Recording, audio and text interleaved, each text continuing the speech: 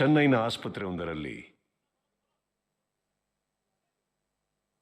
1975ನೇ ಇಸ್ವಿ ಸೋಮವಾರ ಮಾರ್ಚ್ 17ರಂದು ನಕ್ಷತ್ರವೊಂದು ಹುಟ್ಟಿತು.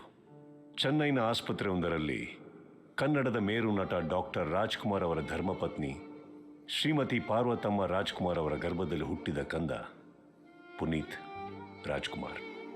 ಸಹೋದರರಾದ ಶಿವರಾಜ್ ಕುಮಾರ್, ರಾಘವೇಂದ್ರ ರಾಜ್ಕುಮಾರ್, ಸಹೋದರಿಯರಾದ ಪೂರ್ಣಿಮಾ, ಲಕ್ಷ್ಮಿ ಅವರ ಮುದ್ದಿನ ಅಪ್ಪು, ಎಲ್ಲರ ಪಾಲಿನ ಪ್ರೀತಿಯ ಅಪ್ಪು, ಅಭಿಮಾನಿಗಳ ಪಾಲಿಗೆ ಪವರ್ ಸ್ಟಾರ್. ಹುಟ್ಟಿದ 6 ತಿಂಗಳಿಗೆ ಪ್ರೇಮದ ಕಾಣಿಕೆ ಮೂಲಕ ತೆರೆಯೇರಿದ ಅದೃಷ್ಟವಂತ. ಡಾಕ್ಟರ್ ರಾಜ್ಕುಮಾರ್ ಹಾಗೂ ಪಾರ್ವತಮ್ಮನವರ ಪ್ರೇಮದ ಕಾಣಿಕೆ 1980ರಲ್ಲಿ ವಸಂತ ಗೀತೆ, 81ರಲ್ಲಿ ಭಾಗ್ಯವಂತ, 82ರಲ್ಲಿ ಚಲಿಸುವ ಮೋಡಗಳು, 83ರಲ್ಲಿ 2 ನಕ್ಷತ್ರಗಳು, 85ರಲ್ಲಿ ಭಕ್ತ ಪ್ರಹ್ಲಾದ ಹಾಗೂ ಬೆಟ್ಟದ ಹೂ. ಹೀಗೆ ಸಾಲು ಸಾಲಾಗಿ ಚಿತ್ರಗಳಲ್ಲಿ ಬಾಲನಟನಾಗಿ ಅಭಿನಯಿಸಿದ ಅಪ್ಪು. ಬೆಟ್ಟದ ಹೂವು ಚಿತ್ರಕ್ಕೆ ಬಾಲ ಕಲಾವಿದ ರಾಷ್ಟ್ರೀಯ ಚಲನಚಿತ್ರ ಪ್ರಶಸ್ತಿ ಪಡೆದರೆ, 2 ನಕ್ಷತ್ರಗಳು ಹಾಗೂ ಚಲಿಸುವ ಮೋಡಗಳು ಚಿತ್ರಕ್ಕೆ ಶ್ರೇಷ್ಠ ಬಾಲ ಕಲಾವಿದ ರಾಜ್ಯ ಪ್ರಶಸ್ತಿ ಪಡೆದರು. ಡಾಕ್ಟರ್ ರಾಜ್ ಎನ್ನುವ ಮಹಾನ್ ನಟರ ಎದುರು ನಟಿಸಿ ಸೈ ಎನ್ನಿಸಿಕೊಂಡವರು. ಕನ್ನಡಿಗರ ಮನೆ ಮಾತಾಗಿ ಆಗಿನ ಮಾಸ್ಟರ್ ಲೋಹಿತ್, ನಂತರದ ಮಾಸ್ಟರ್ ಪುನೀತ್, ಬಾಲ ಕಲಾವಿದನಾಗಿ ಪ್ರೇಕ್ಷಕರ ಹುಬ್ಬೇರುವಂತೆ ನಟಿಸಿದ ಅಮೋಘ ದೃಶ್ಯಗಳು ಕನ್ನಡ ಚಿತ್ರರಂಗದಲ್ಲಿ ಚಿರಸ್ಥಾಯಿ. ಕನ್ನಡದ ನಟ ಸಾರ್ವಭೌಮನಾದ ಅಪ್ಪನೆದುರು ನಟಿಸಿ ಅಪ್ಪು ತಂದೆಗೆ ತಕ್ಕ ಮಗ ಹೀಗೆನ್ನಿಸಿಕೊಂಡಿದ್ದು ಈಗ ಇತಿಹಾಸ. ಚಿಕ್ಕಂದಿನಲ್ಲೇ ನಟನೆಯಲ್ಲಿ ಮಾತ್ರವಲ್ಲ, ಗಾಯನದಲ್ಲೂ ಮನೆ ಮಾತಾದ ಅಪ್ಪು ಬೆಳೆಯುವ ಪೈರು ಮೊಳಕೆಯಲ್ಲಿ ಎಂಬ ನಾಡನುಡಿಗೆ ಉದಾಹರಣೆ ಆದರು.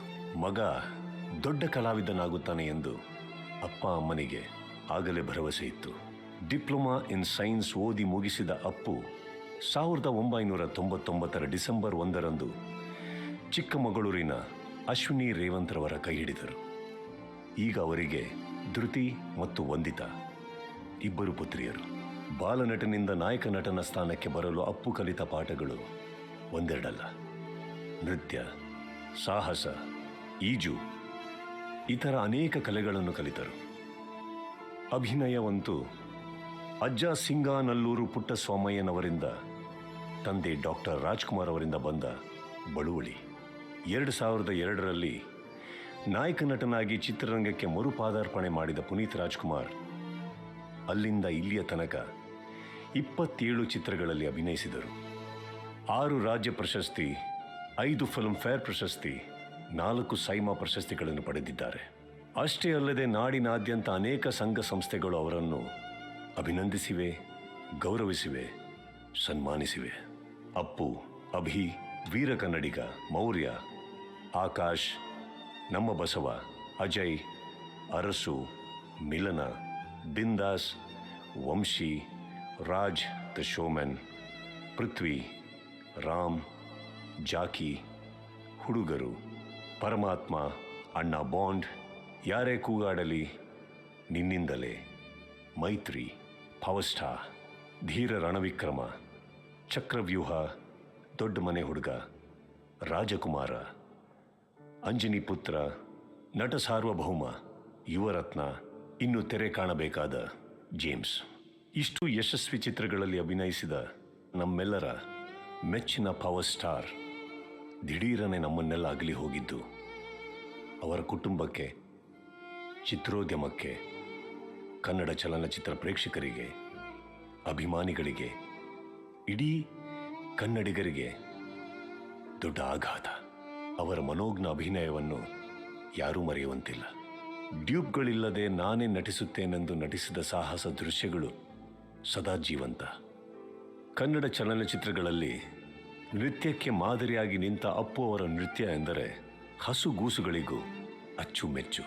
ಮೇರು ನಟನ ಮಗನೆಂಬ ದರ್ಪವಿಲ್ಲದೆ ಅಪ್ಪನ ಆದರ್ಶಗಳನ್ನು, ಸರಳತೆಯನ್ನು, ಸೌಜನ್ಯವನ್ನು ತನ್ನದಾಗಿಸಿಕೊಂಡು ಕಿರಿಯರಲ್ಲಿ ಕಿರಿಯನಾಗಿ ನಡೆದು ಬಂದ ಅಪ್ಪು ತಲೆ ಎತ್ತಿ ನಿಲ್ಲಬೇಕಾದರೆ ತಲೆ ಬಾಗಿ ನಡೆಯಬೇಕೆಂಬ ಸೂಕ್ತಿಯನ್ನು ಅಕ್ಷರಶಃ ಪಾಲಿಸಿದವರು.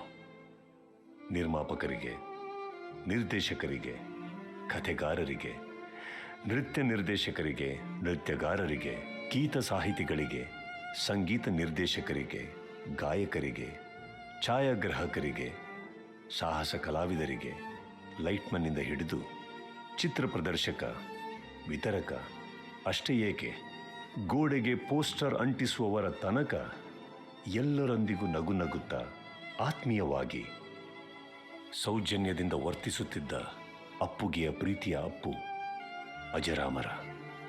ಕರ್ನಾಟಕ ಚಲನಚಿತ್ರ ವಾಣಿಜ್ಯ ಮಂಡಳಿ ಮಾತ್ರವಲ್ಲದೆ ಇತರ ಎಲ್ಲ ಸಂಘ ಸಂಸ್ಥೆಗಳೊಂದಿಗೆ ಅಪ್ಪು ಅವರ ನಂಟು ಮರೆಯಲು ಸಾಧ್ಯವಿಲ್ಲ. ಕಾವೇರಿ ವಿವಾದ, ಹೊಗೆನಿಕಲ್, ಮಹದಾಯಿ ಮುಂತಾದ ಕನ್ನಡದ ಪರ ಹೋರಾಟಗಳಲ್ಲಿ ಮುಂದೆ ನಿಲ್ಲುತ್ತಿದ್ದುದನ್ನು ಕನ್ನಡಿಗರು ಮರೆಯಲು ಸಾಧ್ಯವೇ?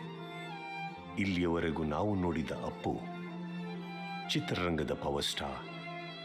ಇದರಿಂದಾಚೆಗೆ ಇಂದು ಜಗತ್ತೇ ತಿರುಗಿ ನೋಡುತ್ತಿರುವ ಅಪ್ಪು, ಬೇರೆ ಬೇರೆ ದೇಶಗಳ ಜನರ ಕಣ್ಣಲ್ಲಿ ನೀರು ತರಿಸಿದ ಅಪ್ಪು, ಕೊಡುಗೈದಾನಿ ಅಪ್ಪು, ಯುವರತ್ನ ಮಾತ್ರವಲ್ಲ ಸೇವಾರತ್ನ ಅಪ್ಪು, ಸದ್ದಿಲ್ಲದೆ ಸಾವಿರಾರು ಬದುಕುಗಳಿಗೆ ಬೆಳಕಾದ ಅಪ್ಪು, ಸಾವಿನಲ್ಲೂ ಸಾರ್ಥಕತೆ ಮೆರೆದು ನೇತ್ರದಾನ ಮಾಡಿದ ಅಪ್ಪು, ಒಂದು ದೊಡ್ಡ ಸಂಸ್ಥೆ ಮಾಡಬಹುದಾದುದನ್ನು ಒಬ್ಬ ವ್ಯಕ್ತಿಯಾಗಿ ಸಾಧಿಸಿದ ಅಪ್ಪು. ಅಬ್ಬಾ, ಒಂದೇ ಎರಡೇ. ಸಮಾಜಮುಖಿಯಾಗಿ ಹಣ ಪಡೆಯದೆ ಕರ್ನಾಟಕ ಸರ್ಕಾರದ ಹಾಲು ಒಕ್ಕೂಟದ ನಂದಿನಿ ಹಾಲಿನ ಉತ್ಪನ್ನಗಳ ರಾಯಭಾರಿಯಾಗಿದ್ದರು. LED ಬಲ್ಬ್ ಯೋಜನೆಗಳ ರಾಯಭಾರಿಯಾಗಿದ್ದರು.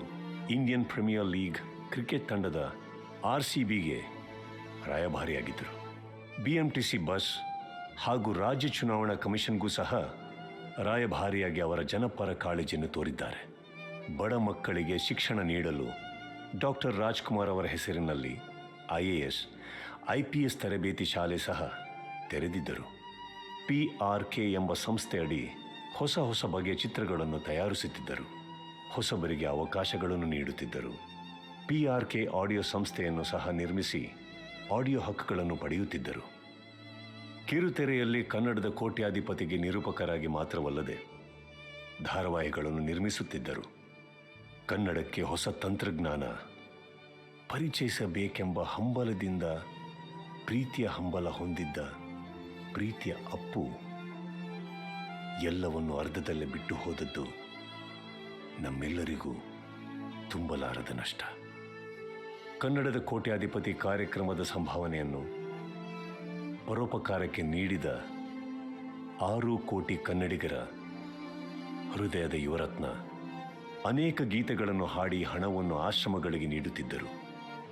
ಸಾವಿರಾರು ಜನರಿಗೆ ವಿದ್ಯಾರ್ಜನೆ, ಮಕ್ಕಳ ವಿದ್ಯಾಭ್ಯಾಸ, ಗೋಶಾಲೆಗಳಿಗೆ, ವೃದ್ಧಾಶ್ರಮಕ್ಕೆ, ತಮ್ಮದೇ ಕುಟುಂಬದ ಶಕ್ತಿಧಾಮ ಆಶ್ರಮಕ್ಕೆ ತಮ್ಮ ಸಂಭಾವನೆಯ ಬಹುಪಾಲು ಹಣವನ್ನು ನೀಡುತ್ತಿದ್ದರು. ಸಮಾಜಮುಖಿಯಾಗಿ ಬದುಕಿ ಬಾಳಿದ ಪುಣ್ಯಾತ್ಮ ಪುನೀತ್ ರಾಜ್ಕುಮಾರ್ 29 ಅಕ್ಟೋಬರ್ 2021ರಂದು ಹೃದಯಾಘಾತಕ್ಕೆ ಒಳಗಾಗಿ ನಮ್ಮನ್ನು ಅಗಲಿದ ಶ್ರೀ ಪುನೀತ್ ರಾಜ್ಕುಮಾರ್ ಅವರ ಪಾರ್ಥಿವ ಶರೀರ ದರ್ಶನಕ್ಕೆ ಒಂದು ಲೆಕ್ಕದ ಪ್ರಕಾರ ಮಹಾತ್ಮ ಗಾಂಧೀಜಿಯವರ ಅಂತಿಮ ದರ್ಶನಕ್ಕೆ ಬಂದ ಜನಕ್ಕಿಂತ ಹೆಚ್ಚಾಗಿ ಬಂದಿದ್ದರು ಎಂಬ ಮಾತಿದೆ.